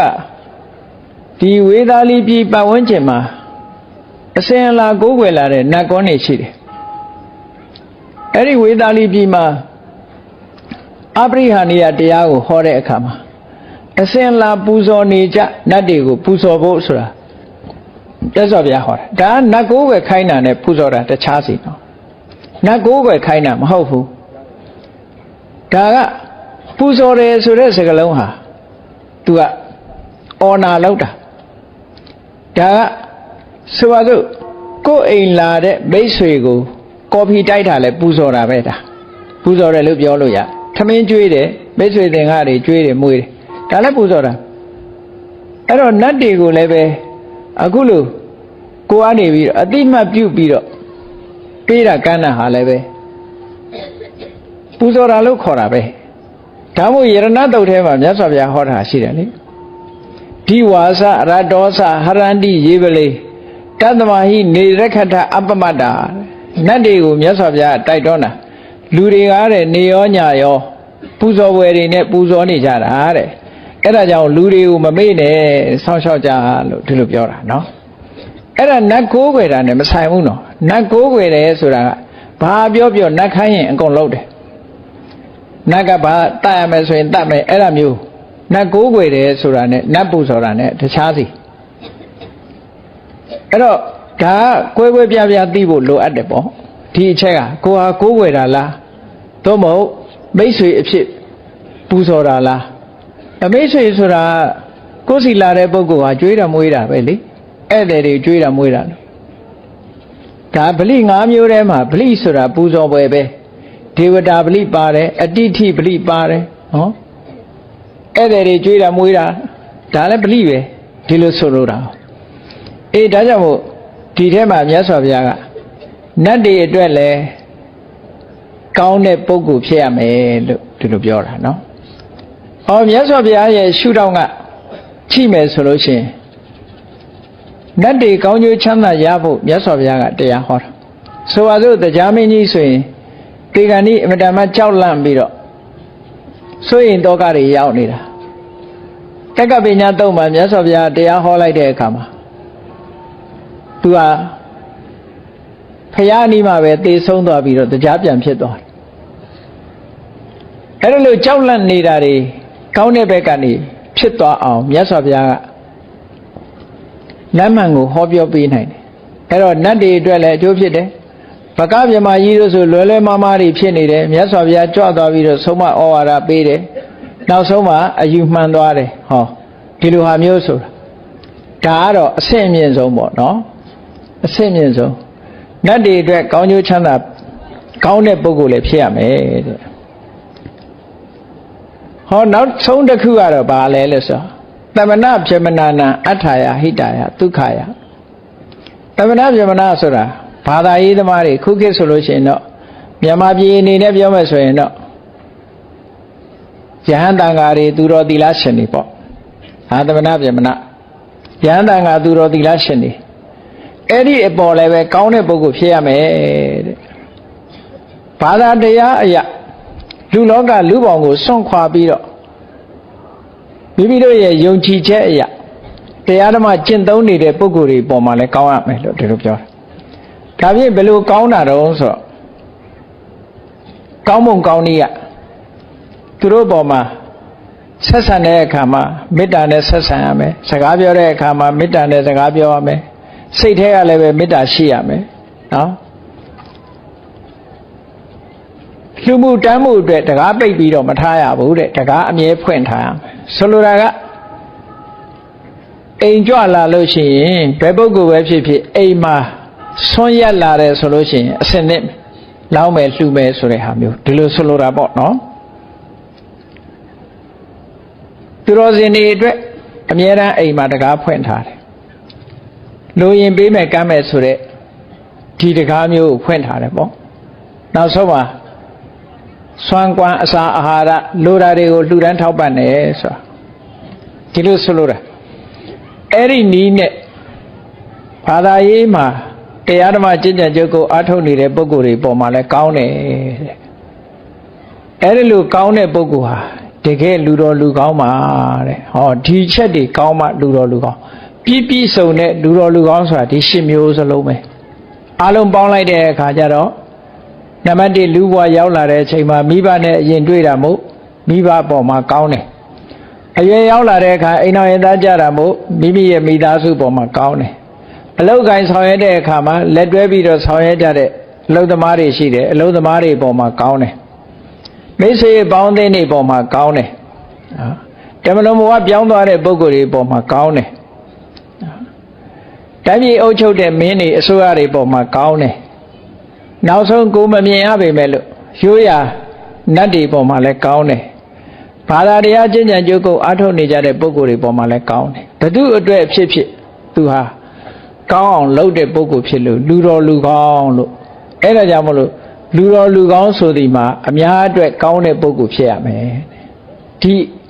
အများအတွက်ဆိုရဲအခုပြောလိုက်တဲ့8ချက်မြတ်စွာဘုရားဒီသုတ္တံမှာခွဲခြားပြီးတော့ဟောကြားတာဖြစ်ပါတယ်ဒါကြောင့်တရားချက်ခင်သူတော်စင်ပြိဿပေါင်းတို့မိမိတို့ဘဝရရှိလာတဲ့အခါမှာတို့တွေဟာလူတော်လူကောင်းဖြစ်အောင်အများအတွက်တို့တွေဟာလူသားလောကကြီးတစ်ခုလုံးအတွက်ကောင်းတဲ့ပုဂ္ဂိုလ်ဖြစ်ရမယ်လောကသည်ငါအတွက်မဟုတ်ဘူးငါသည်လောကအတွက်ငါသည်လူသားတွေရဲ့အတွက်လူသားတွေဟာငါအတွက်မဟုတ်စေရဘူးနောက်ဆုံးမှာတိုင်းပြည်ဟာငါအတွက်မဖြစ်စေရဘူးငါကတိုင်းပြည်အတွက်ဖြစ်စေရမယ်အားလုံးရှင်းရှင်းလင်းလင်းမြတ်စွာဘုရားဟောကြားထားတဲ့တရားဓမ္မအတိုင်းအခုလိုမိမိတို့ရဲ့ဆိုင်ရာဝတ္တရားတွေကိုဆောင်ရွက်ပေးခြင်းဖြင့်လူတော်လူကောင်းအဖြစ်ကိုခံယူကျင့်သုံးနိုင်ကြမှာဖြစ်ပါတယ်ဒါကြောင့်မို့မြတ်စွာဘုရားချီးမွမ်းတဲ့လူတော်လူကောင်းဖြစ်အောင်သဗ္ဗုရိတသုတ်တံမှာလာတဲ့အတိုင်းအားလုံးအတွက်ကောင်းအောင်တို့တွေကျင့်ကြံကြိုးကိုအားထုတ်ကြမယ်လို့ကိုယ်စီနှလုံးသွင်းပြီးကြိုးစားအားထုတ်နိုင်ကြပါစေကုန်သတည်း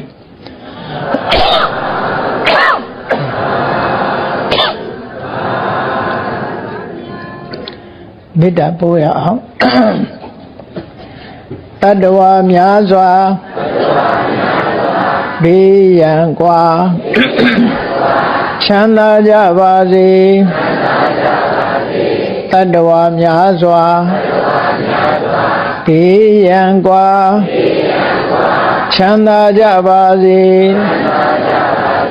မေတ္တာရေချမ်းသုံးငါဖြံငြိမ်းချမ်းကြပါစေမေတ္တာရေချမ်းသုံးငါဖြံငြိမ်းချမ်းကြပါစေသက်ရှိချမ်းသာစိတ်ချမ်းသာ